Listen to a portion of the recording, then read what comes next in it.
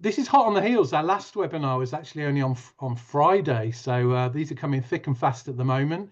If you like this and you're not yet signed up for the EX space, we have a webinar library now that's got dozens of phenomenal webinars in, lots of really great content that you can access completely free as a member. It's now free to join using our EX Essentials package.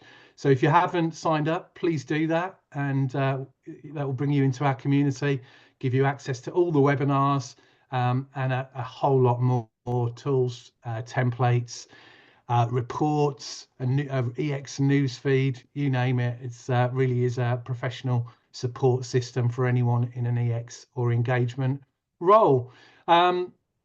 Mentioned the chat facility and questions and observations already. I think those are the key things. Any other housekeeping points I need to cover off, Katie? I think we're all good. Just a reminder, just pop any questions in the chat as we go. That's the main thing, isn't it? Fantastic. I'm assuming you can still hear me, can't you? Yeah. Super. Security settings aren't that good, Lee. Yeah. Great stuff. Right, Emma, I'm going to hand over to you to do a proper intro to Damon, and then we'll get the ball rolling. Thanks, Lee, and welcome, Damon. Really delighted and very excited to have Damon on the call today. For those of you that haven't come across Damon, Damon really is one of the pioneers of employee experience design. And I met Damon probably, I reckon, about 5 years or so ago, Damon, when we got Damon involved in writing a piece for this book that I wrote with B Ganaway. I think it was B that met Damon first of all, and just the work that you have been doing all of these years. You really are a kind of pioneer, visionary when it comes to employee experience design thinking, agile. And we were really honoured to persuade Damon to contribute to the book. And then we asked Damon to sit on the board of the EX space. He kindly said yes. So I feel really privileged to have Damon kind of as a part of our world and contributing to what we do.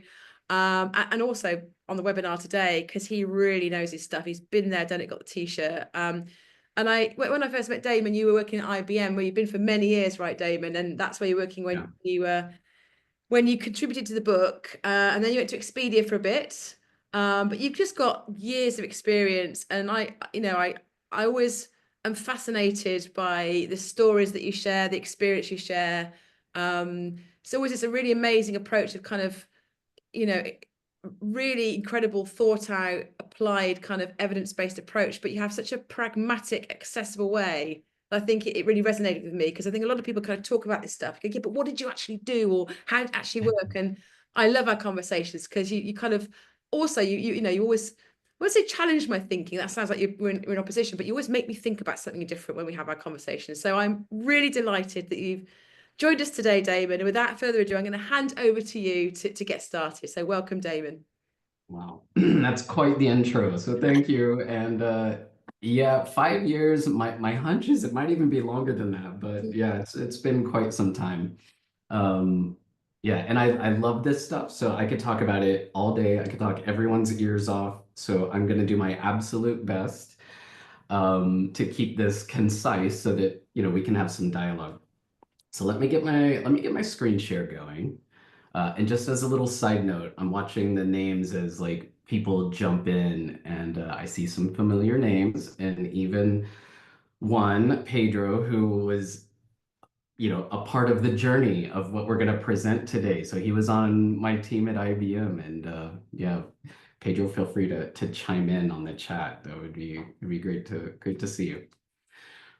All right, let's see here. So let me share my screen.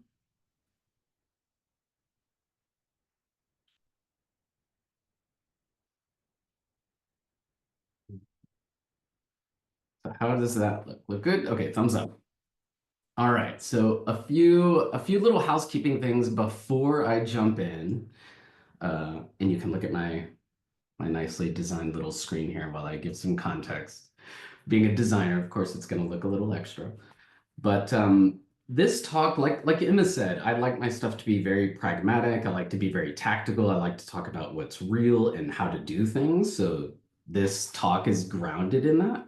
But it's also, a talk about EX strategy and how to shape it and how to inform it and how to socialize it. So even though we're looking at this through the lens of crafting, a tangible playbook and toolkit, really a lot of this can be applied in a much broader sort of EX strategy sense. Second, you know, uh, coming from a practical nature, some of these slides are going to be quite dense, and that's intentional. I'm hoping that you can use it as a reference and maybe save or screenshot them. I'm not going to, talk to all the content on the slides, but, they might be a good reference for you for later. And then last but not least, there's only about 15 slides, so I'm going to try to get through this at a pretty good clip, 25 minutes or so. And that way we can really open it up and start to have a dialogue with everyone. And so I know Lee and team will help me with that. And as part of that dialogue, I would love to hear, like, how are you all scaling, crafting and scaling your EX strategies? And, do you have other ideas that aren't included here on my list? Because I would love to learn from you all as well. So with that, let's jump in. All right, screen share, play along. Okay, so I think first things first, I just want to align everyone on like what my definition of an EX playbook and toolkit is, because I know that's something that can be interpreted in lots of different ways. This is an example of one of the early MVPs. Emma talked about, we started this work back in 2017, 2018 at IBM. And this was one of our first MVPs of what our playbook would become. At this point, it was just an idea in like PDF document form. We were really scrappy at the time. It became much more over time. But starting small and the spirit of design thinking is always a great approach. And so if I open it up, here's just a few kind of sample pages that were pulled, from the playbook, and you can see it covers a wide variety of topics. And we'll get into some of these, here in the talk, but even though it was just an MVP and just a PDF at the time, it really did some heavy lifting in helping us tackle some of the big growing pains and delivery challenges we had with bringing a new EX strategy to an org that, had never had one before. And I think many of us are in that boat. And so you'll see here, at the top of the slide, I'm kind of organizing this talk in these different categories. I'm going to start with the struggle and some of the struggles that I think we all face. And, here are some of the big strategy questions that we were fielding from many of our leaders at the time. And I'll give you a minute just to kind of scan this list of questions and see how much of this resonates with you all. I'm imagining if I could see your heads, there'd be some heads nodding. All right, so as the EX leader at the time, I had pretty good answers to most of these questions, but I would answer them in one-on-ones and only for those who were sort of confident enough to ask these questions. And I figured that for every leader that was asking me these type of questions, there were probably 100 other people who wouldn't or couldn't ask me these kinds of questions. And so I knew that there's a big challenge, a big knowledge gap out there. And when I think about where most of these questions come from, many HR and corporate function teams don't have a customer experience or CX background. And so the concept of having an EX function can be quite foreign or, even in some cases intimidating or threatening to their roles. And so when you really break these down to their simplest form, they're really just trying to understand what is EX. Like it's the who, the what, the when, the where, and the how. How are you going to do this? And, when and who's going to do this kind of work? And so, being able to curate and socialize a shared point of view on this, I think is really important. And the last thing here on this slide is, this is just the the strategic questions that your peers and the leaders will ask, it gets even more dicey and more interesting when we get into the day-to-day tactics and the ways of working and really kind of double click into the how. And so if I get into that tactical work, and when we start partnering with others, we quickly run into this huge laundry list of topics that influence the employee experience. And I think I'll kind of just pause for a second, let you kind of scan this list. A lot of this, I'm sure, will look familiar. But in many cases, we often find that various teams approach many of these tactics and topics, in their own disparate ways. Their point of view on these things is typically bound by their org or team silos. And so they're all approaching, many of these different topics in different ways. And even though this is a big list, it's still very incomplete. So I'm sure you could add to this list 100 more things. But I think it's important that, any EX team and EX leader kind of gets their arms around as many of these topics as possible over time. But the EX team or EX leader alone can't manage or even consider all of these things by themselves.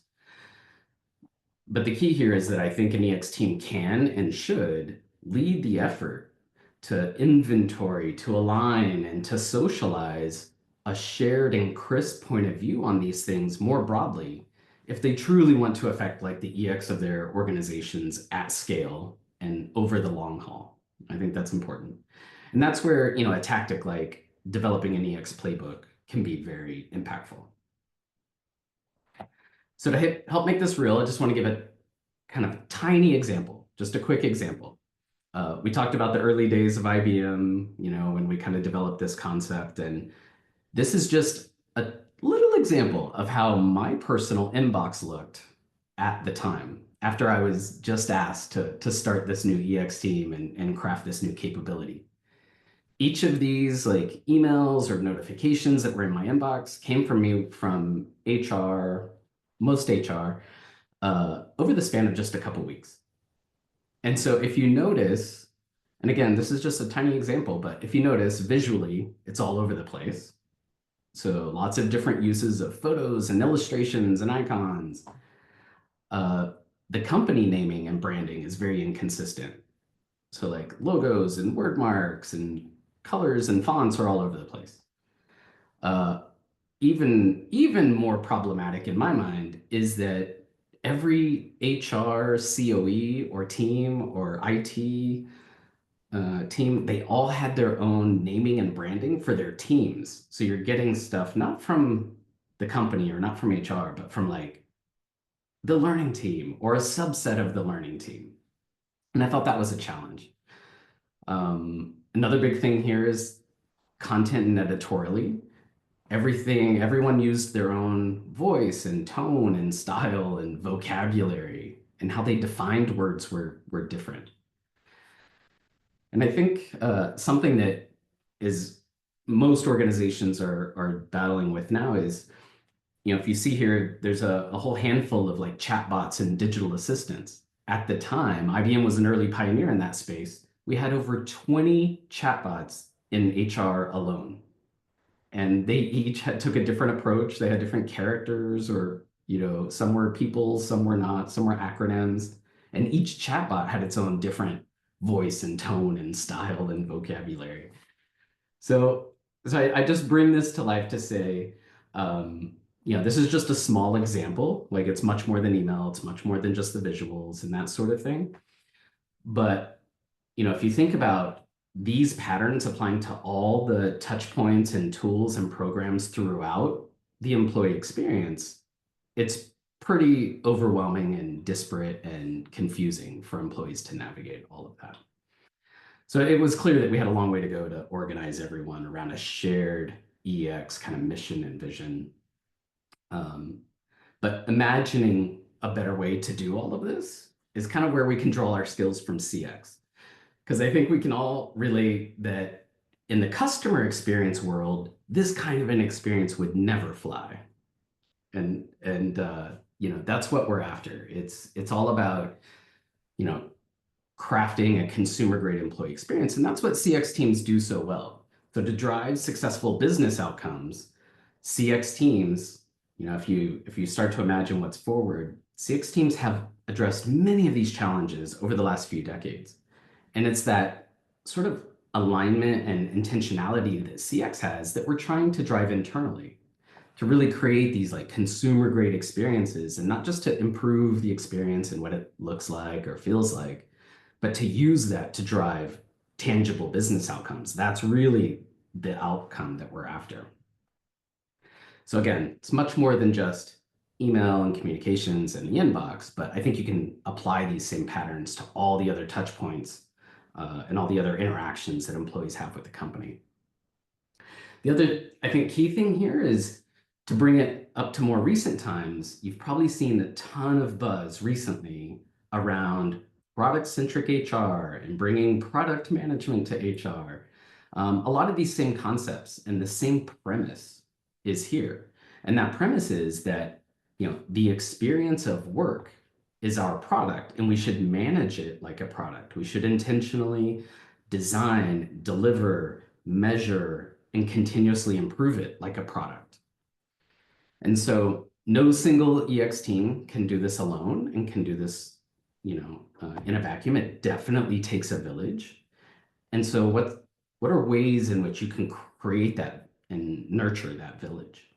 I think that's, again, where something like an EX Playbook and Toolkit activity can really build and bring together that village.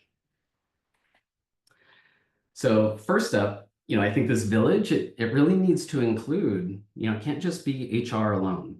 It really has to include what are those key divisions and key teams that also have a material impact on the employee experience. For any point in time, these different teams, and this is just a sample, you may have different teams, different divisions, every organization is different, but in any organization at any given point in time, your employees are having interactions with offerings and services from multiple teams at the same time.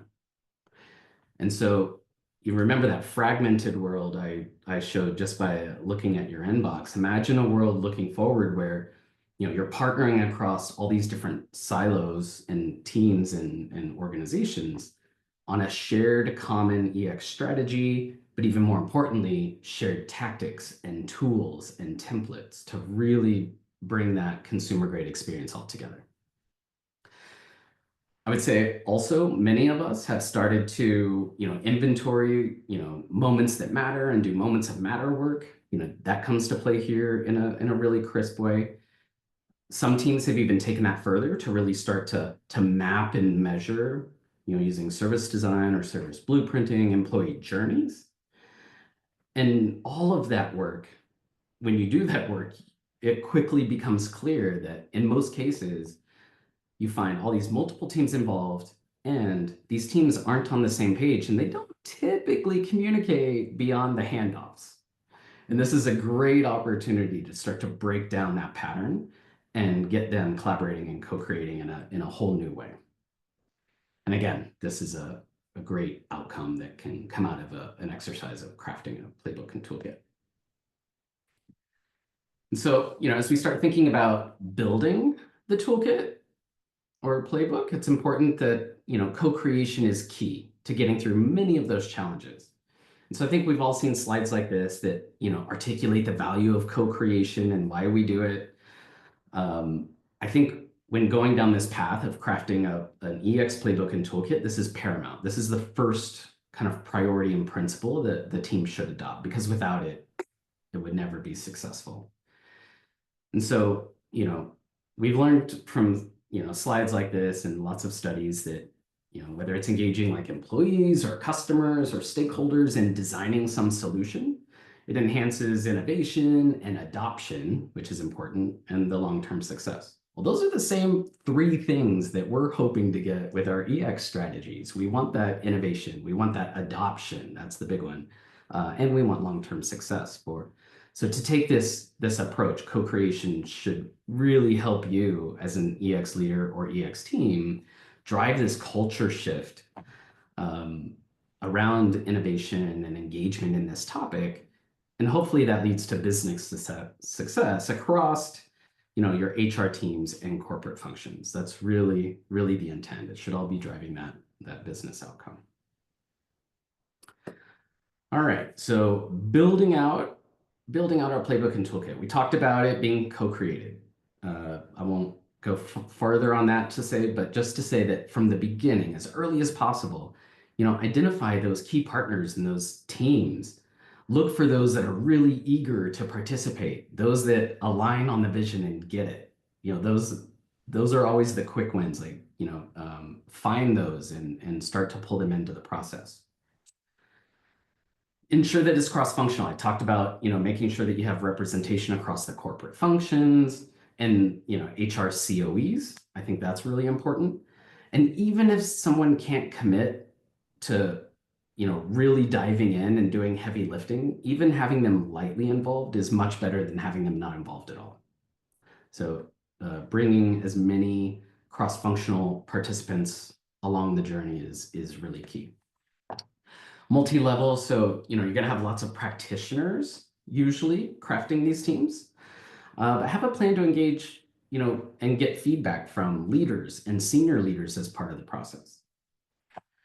And then last but not least, going back to the idea of like a product-centric approach, think like a product team. In addition to like the SMEs you'll have from HR and IT, look for people that have skills, in visual design, content and editorial, user research, UX design and developers, data and analytics and communications teams. Like all of those skills can really elevate what you're able to produce and the point of view that you'll be able to share and weave into your EX strategy. And because I love a good visual, I thought I'd throw it all together in one little visual for you. So you see the EX team there at the middle, sort of the driving force behind it all. Your core team, which should be very represented, across the different functions.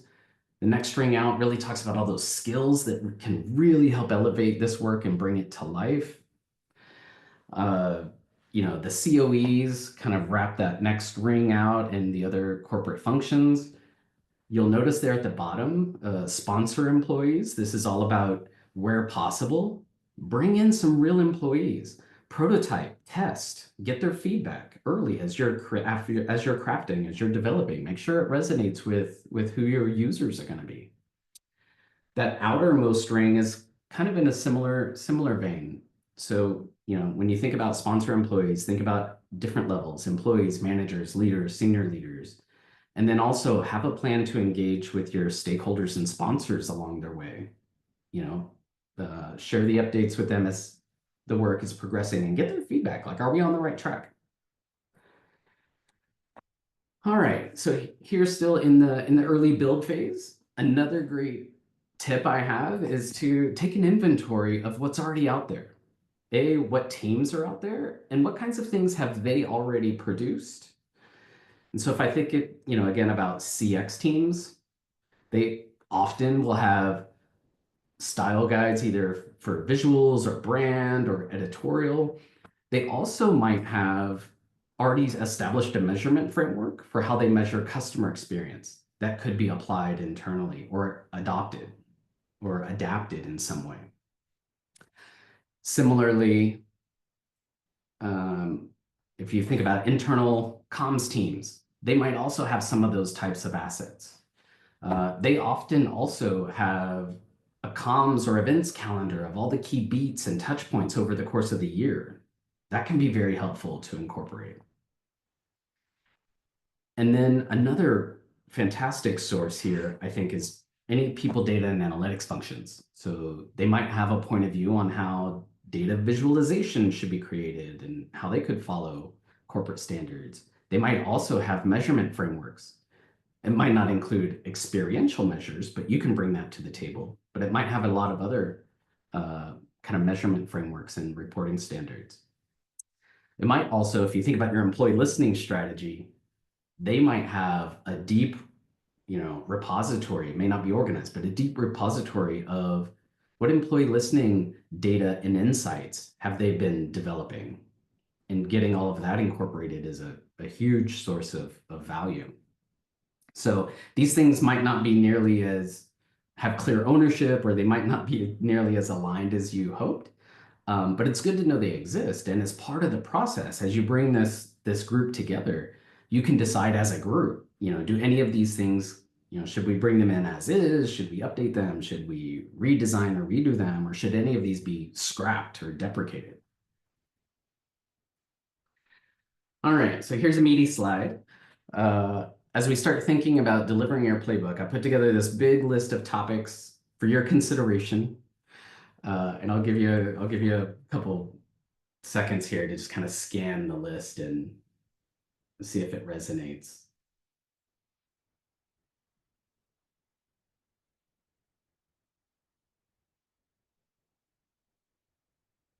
Many of these things are chapters or topics that we've covered in the playbooks that I've worked on. But again, this isn't an exhaustive list. I think what's important is to figure out, what's most important to your organization and what's most needed. And every org is different, and every EX strategy will have different needs. But I think, hopefully this will be a good jumpstart for you to get your team's ideas flowing. In addition to the guidance that might be in your playbook, we've talked about having a toolkit as well. And I love to pair sort of a toolkit with any EX playbook. And this is how you can make it more real and make it easier for others to apply the principles and guidance that are in your playbook.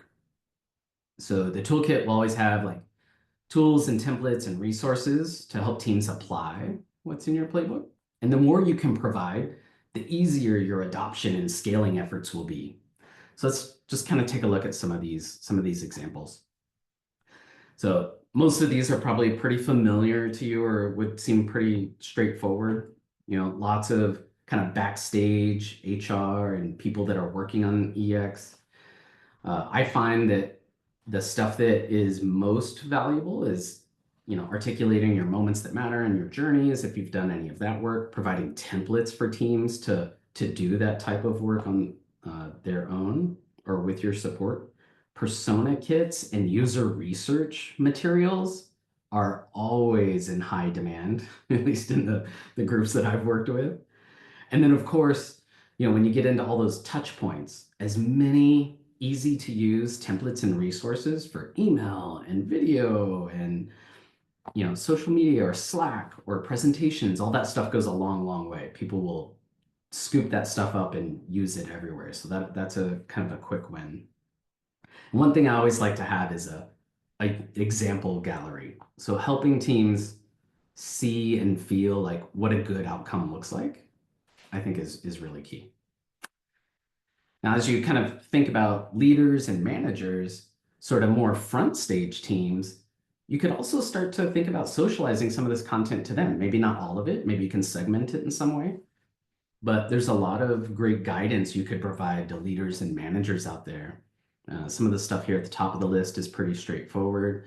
But when you start to get into goals and measurements and employee listening and survey results, like this is a great way to blend all these things together. And if you can start to develop that as a product and put those results in the hands of managers and leaders for their own teams and for their own orgs, that's very powerful. That's a much more mature stage. So I get it. Like that's a very mature team that has the capability to do something like that. But if you can, it can be incredibly powerful. And if you can wrap all of that in this broader employee experience context, and show how these things are intentionally leading to better EX outcomes and what your team is doing to support the org, that's always key. And then, of course, if you get really ambitious and you want to expose this to everyone in the organization, all employees, and you get leadership buy-in, imagine a place where you can start to talk about how your EX strategy aligns to your corporate strategy and maybe even provide a roadmap of what's to come, and to be more intentional in sharing and being more transparent about EX feedback and insights that your team is developing. So as we wrap up here with delivery, we talked about it could be a PDF, could be a digital experience. There's pros and cons there. I think my personal preference is a little bit of a combination of both. I like the core guidance to be in a digital experience that can be easily updated and found and leveraged by people, but providing PDF or shareable or printable assets like quick start guides or a cheat sheet or things that people can use as a desk reference. But always, if you do those kinds of things, always put a pro tip, put a short URL or a QR code to get people back to the main site, so that they always get the updated version and the latest kind of copies of everything. All right, kind of winding things down here. Socialization. So scaling impact, is all about socialization. So I think far too often we keep the EX work close to our vests, or we keep it hidden, or it's only socialized with our direct HR stakeholders or sponsors. And so, yes, that's important, but I think the more we can socialize it and the more transparent we can make it all, the more impact it'll have over time. So of course, you want to start with, always like to have an EX council or steering committee. And the important thing there is you just want to stay aligned with them and keep them informed on what you're doing and the impact that you're having. That's what's key. Even what you're planning to do. Because I find that things evolve very quickly on their end. So their HR strategy or their corporate strategy shifts. And so you always want to make sure to, one, stay aligned with what their goals and their strategies are. But two, you always want to make sure that you're articulating the value of what your EX work is delivering. And so that's really key. Sort of if you start to scale that thought out about socializing this even further, I love to craft an EX community, and our EX teams are often always very small. And so to scale our impact, we need to always join forces with others. And this EX Playbook core team can be the start of this, or maybe you already have something like this in place, but having a community of those people who are inspired to help you work on the employee experience is important. You can have meetups and show and tells and office hours and develop case studies together, for example. And then last but not least, if you have the approval and the ability to do so, have a story you can share on a cadence with the whole organization, about your EX projects, the outcomes, what's to come. It would, if you can get these across the corporate functions, that's great. If you can even break that further out and do it to all employees, it's just all about getting as many people aligned on and on board with your EX strategy as possible. There's strength in numbers here, for sure. The last thought to close things out, the world we operate in is always evolving. So if you use this approach, it's important to bake in from the beginning, sort of a way to update and improve your playbook and toolkit. Think agile delivery. Again, think like a product team. Think about agile delivery.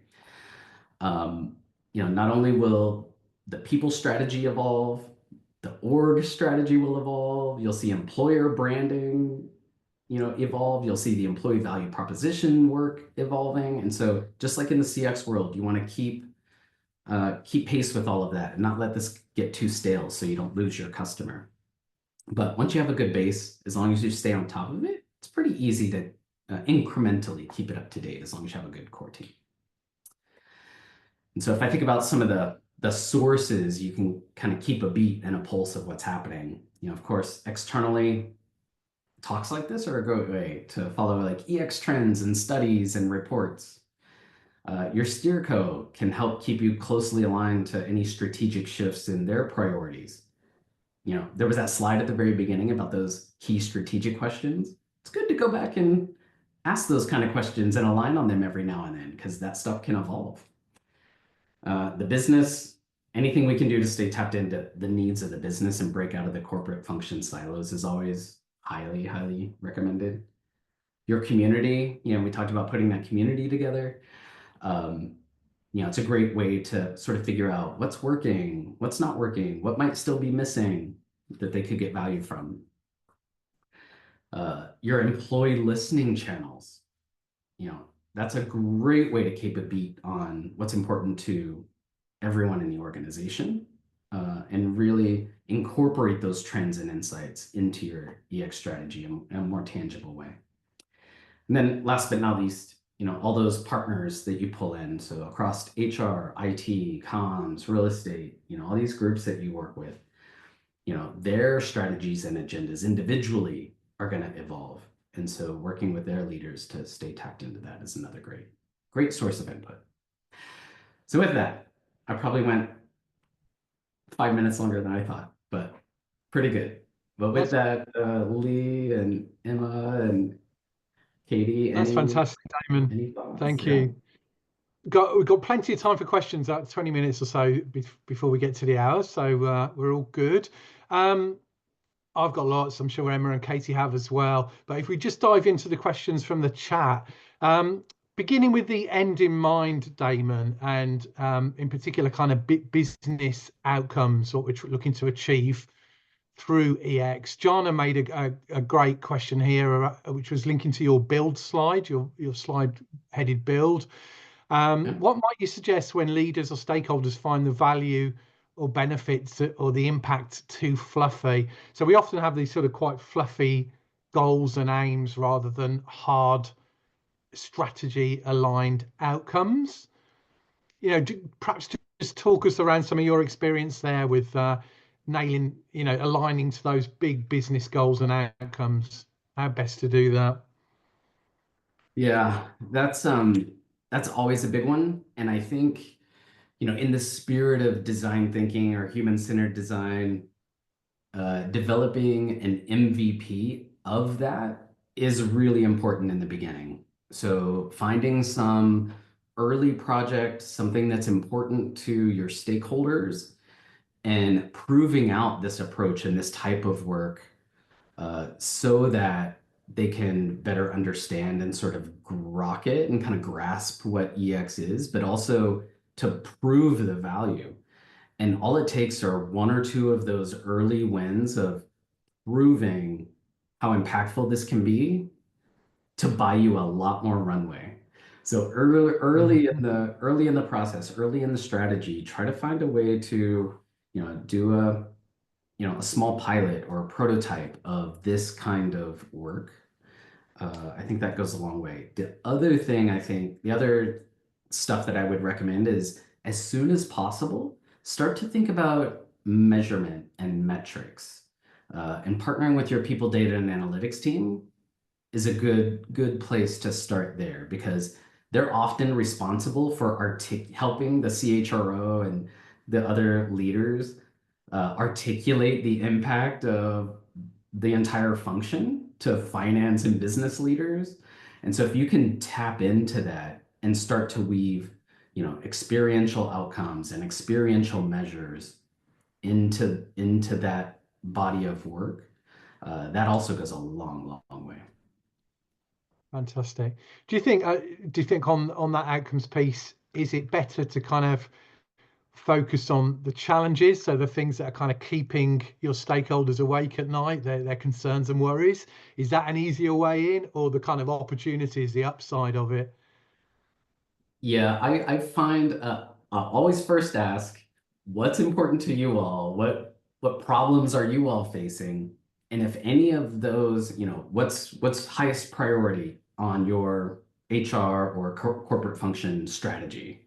And if any of that stuff has a high element of employee experience associated with it, if any of those things on their list is really touching employees in a meaningful way, I'll usually start there and say, okay, how can we jump in? How can we accelerate? How can we bring, more of a product-centric view and skills and resources to that problem?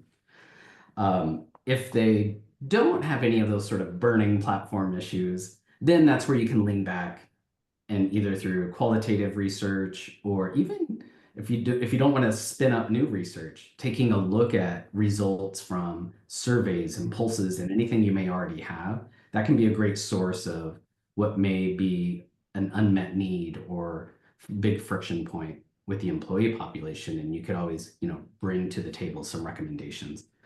If you can do both at the same time and let your stakeholders sort of help choose those initial few places to play, that's one way you can help align with them and bring them along in the process. That makes a lot of sense. And one last one from me. I don't want to hog this. One of your earlier slides, I think you called it your laundry list. It was packed full of all the kind of agenda items and factors that influence EX. Do you advocate doing a kind of what we'd call an EX audit, a sort of deep dive piece of research to kind of map out all of that before you sit down and craft a strategy? Is that something you'd recommend, and have you ever done that? I do. It tends to be for those more mature teams. So I know not everybody can do this, but I'll just reach over to my shelf here.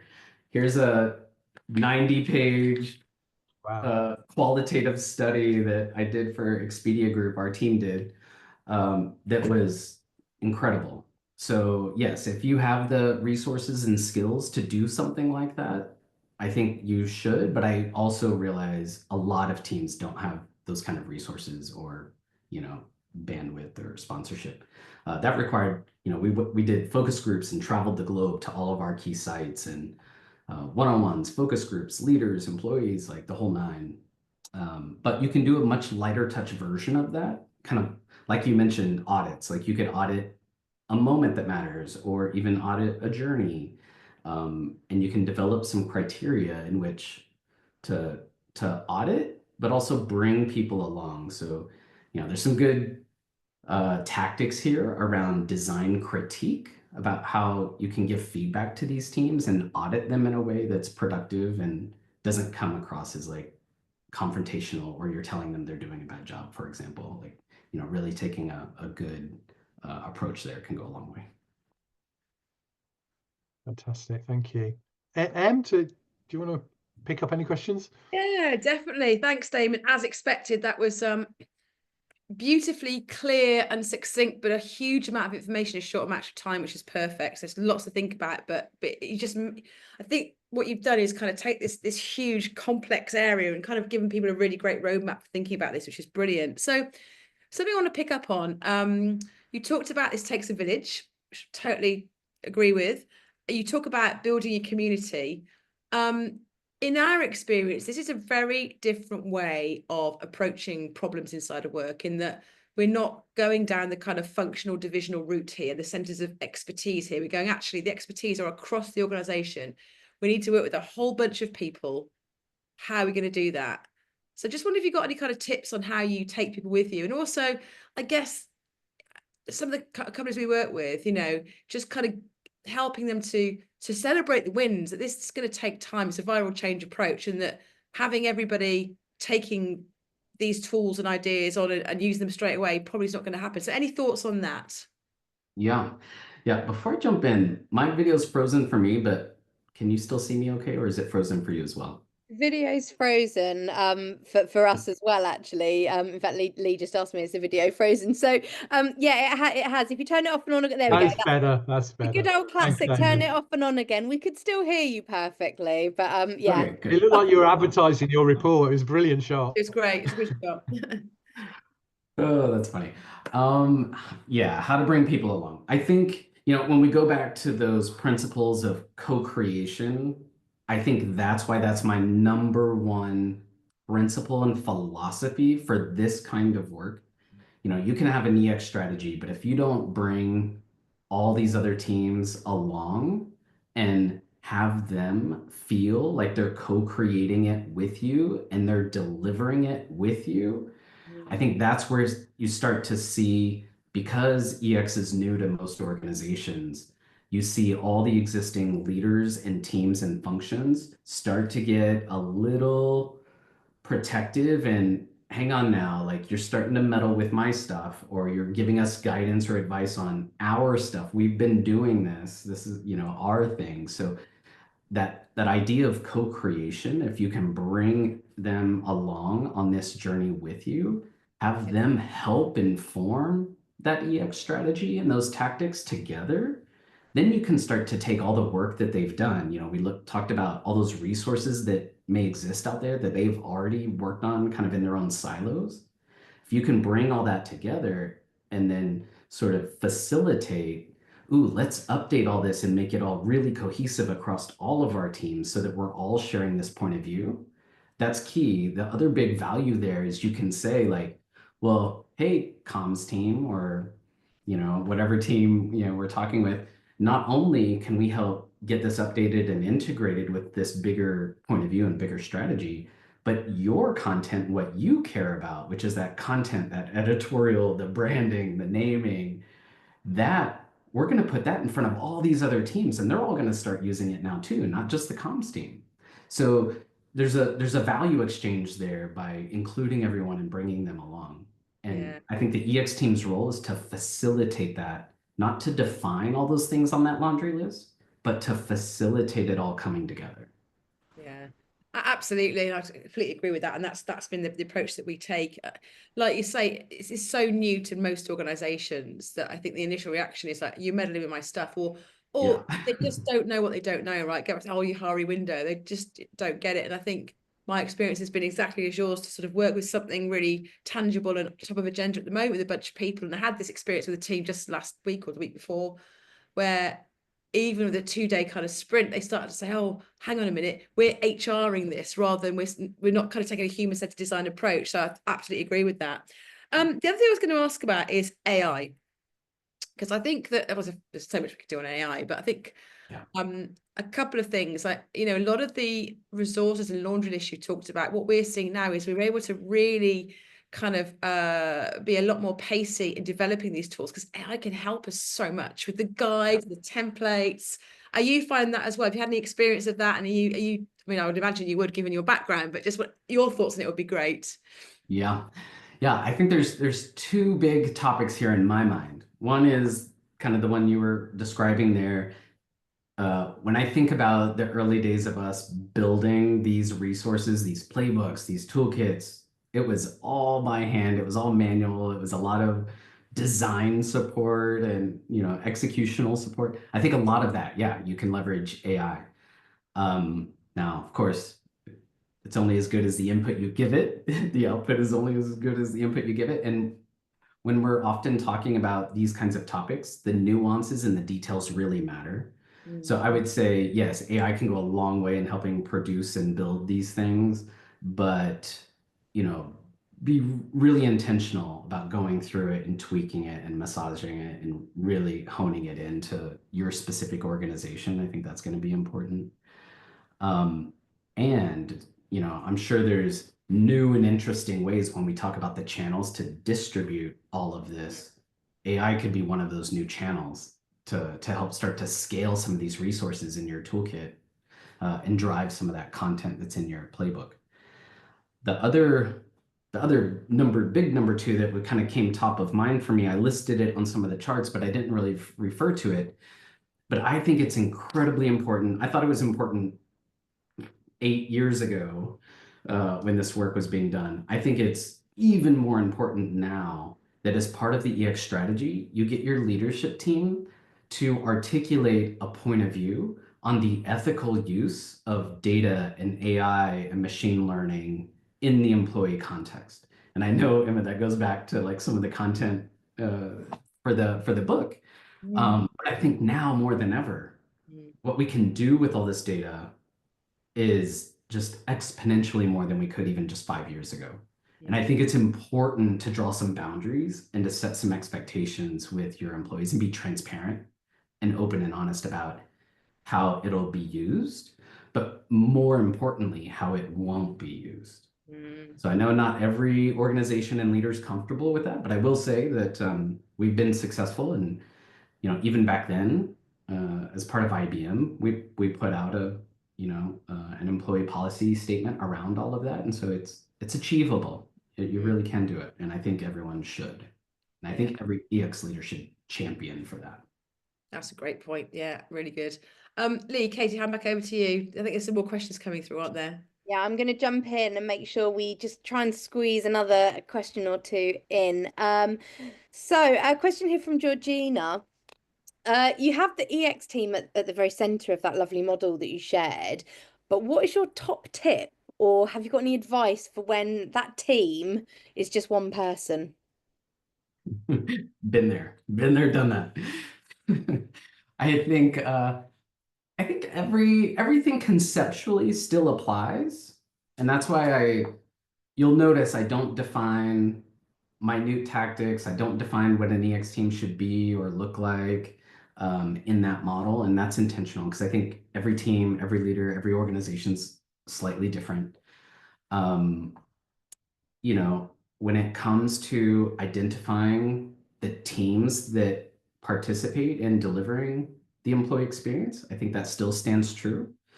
You know, partnering with them, bringing them in, bringing them along, using either your peer leaders or getting them to nominate or provide volunteers from their teams to join you to craft this body of work is a great way to do that.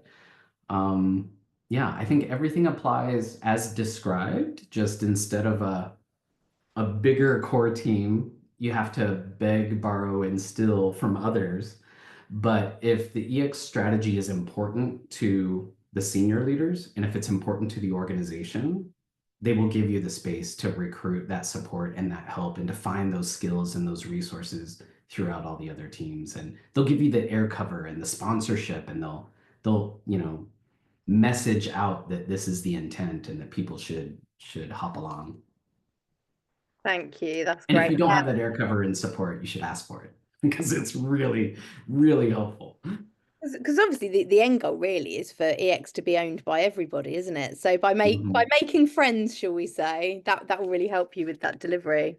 So. Yeah, I think of it as like the EX team as sort of the caretaker of the strategy, but it takes everyone else to create it and to deliver it.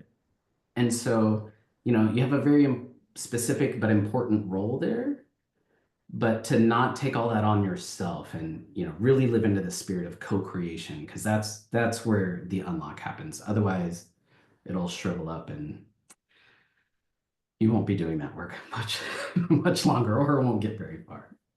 Thank you. Okay, got time for another quick one here. This is from Deanna.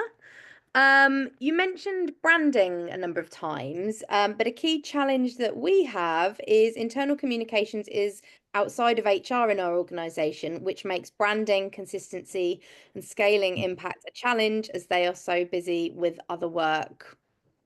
Any thoughts on that? Yeah, this is a kind of a hairy topic in lots of different ways.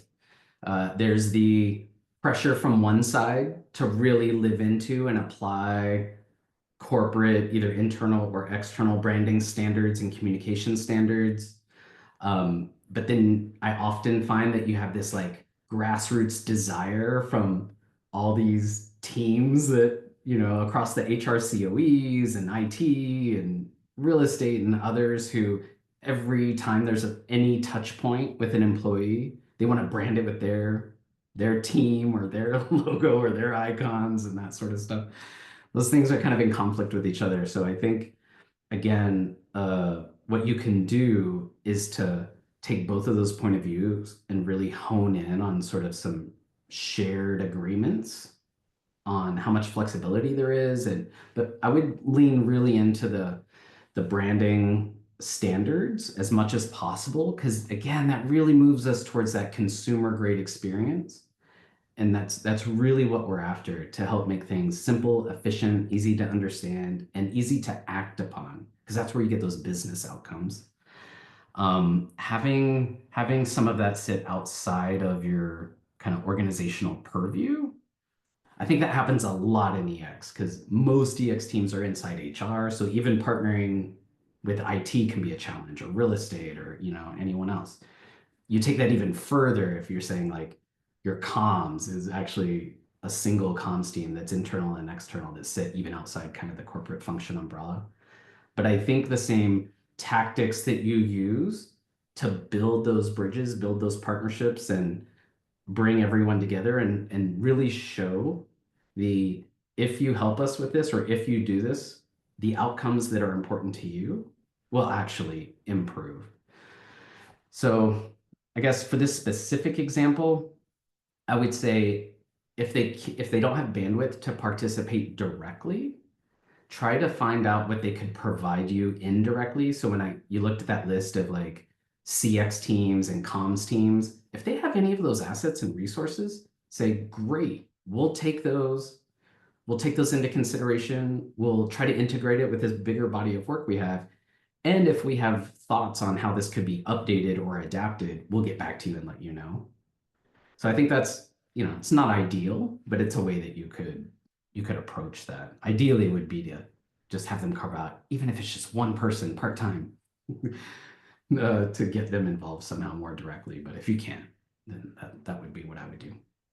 Brilliant. Thanks so much, Damon.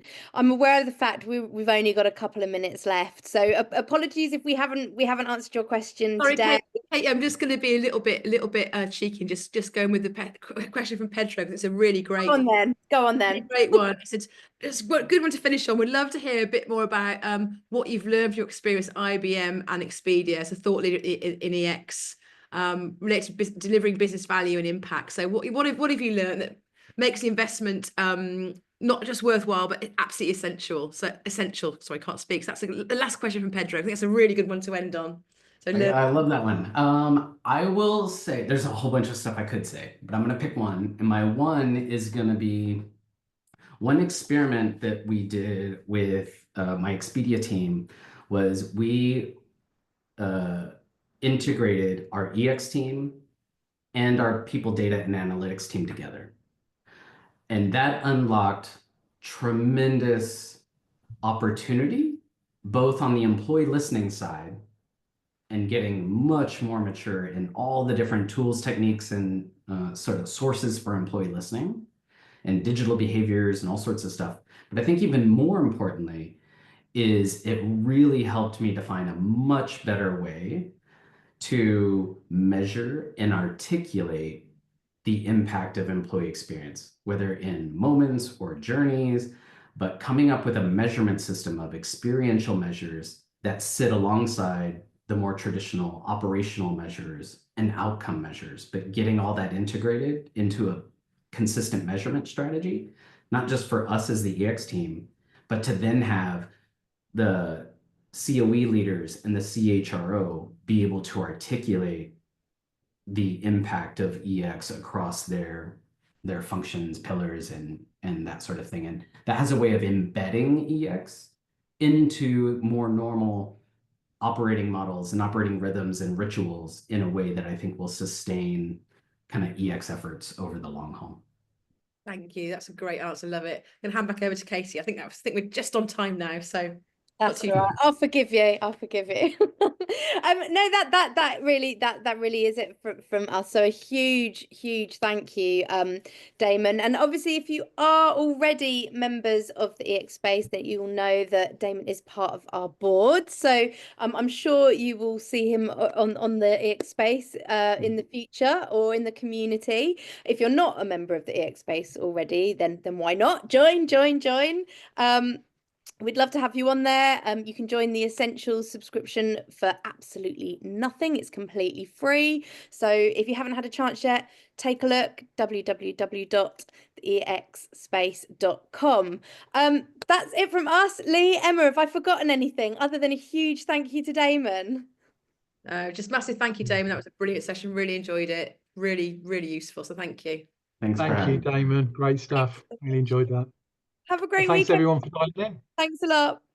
Thanks everyone. Cheers all.